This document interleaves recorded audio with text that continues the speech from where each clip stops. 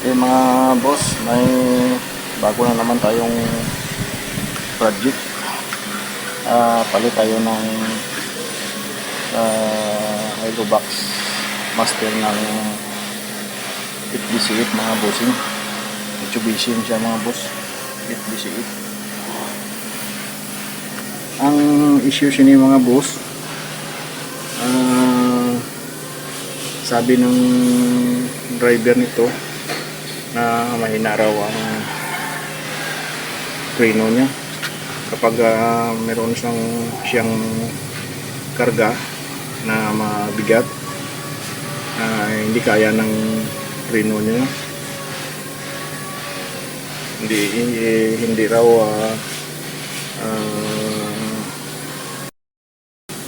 humihinto, tuloy-tuloy raw ang takbo niya. Kaya palitan natin ng hydrobox mga boss. Kung pansin yung mga bossing, yung hydrobox nya isa lang mga boss,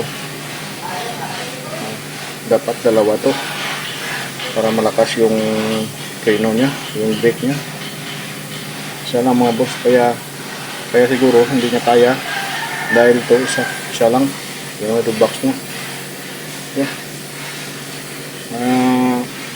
Bago natin baklasin mga bossing, explain ko muna yung function ng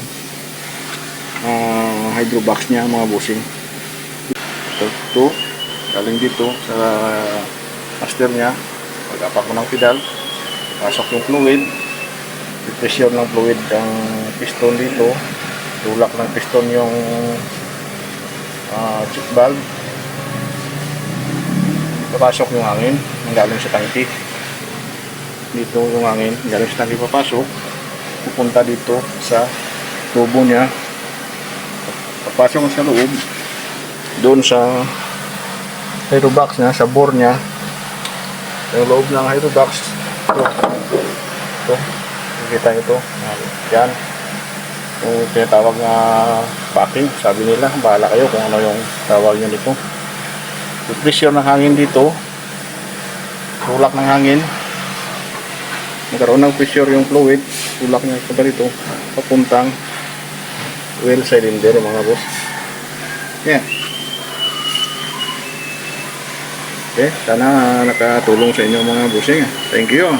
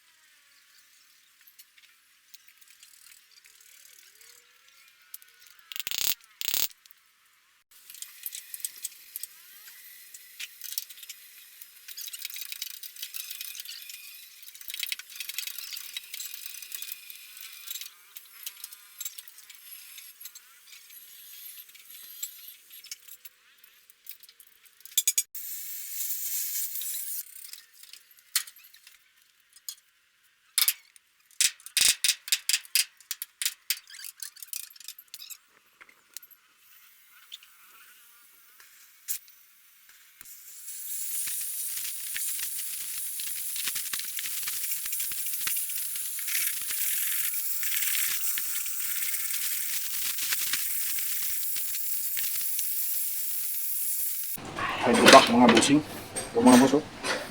Palitan na lang natin yung hydrovac. Kasi ang diagnose ko nito, may na yung preno niya kasi yung hydrovac niya, isa lang. Palitan natin ng dalawang hydrovac. Bago ko palitan mga boss, yung una niyang hydrovac, mayroon tong brake master. Yan, ito yan, nakabit yung linya ng brake master niya.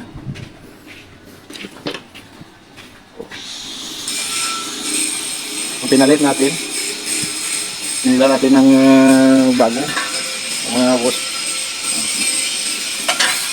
Pop valve na to mga boss. Ito, simmer brake din. Simmer brake. Yung function niya mga boss, ito yung bago nating pop valve doon sa taas. Yung bago nating pop valve doon, pakita ko.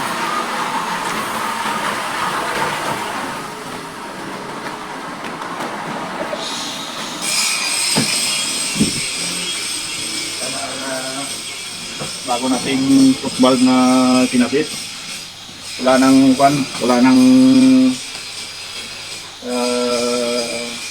brake master. Kaya na pop valve na kinabit natin.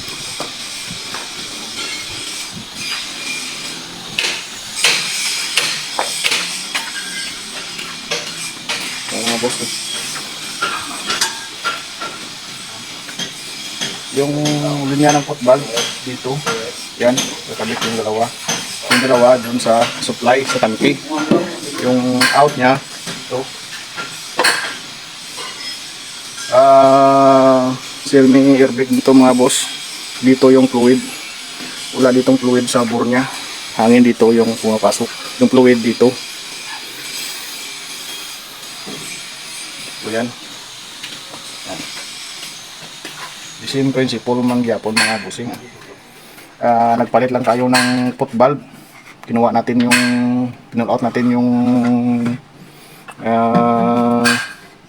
brake master nya. Pinalitan natin ng pot valve. Yung linya ng pot valve, nagpalit tayo ng mga linya na kasi ibang function yung pinalit natin na hydrovac.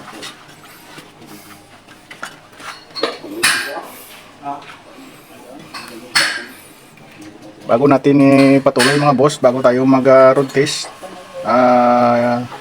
ipaliwanag ko muna yung function ng ating hydrovac mga boss.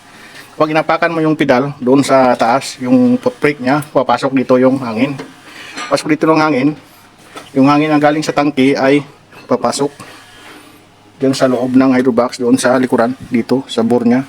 I-pressure nya doon yung piston na may guma, mag-seal ng hangin para hindi mag-leak. Itulak na yung piston sa punta dito sa pinaka dulo niya. Meron ding piston na dyan natatrap yung fluid natin. I-pressure na ng fluid papunta sa ating oil cylinder mga boss. Yan lang. Yan lang muna ang kunti kong i-share sa inyo mga boss. I-share yung konti kong kaalaman. Yan ang ating driver. Operator ng unit na to. Okay, try natin kung okay na yung unit nyo, kung okay na yung pino nya.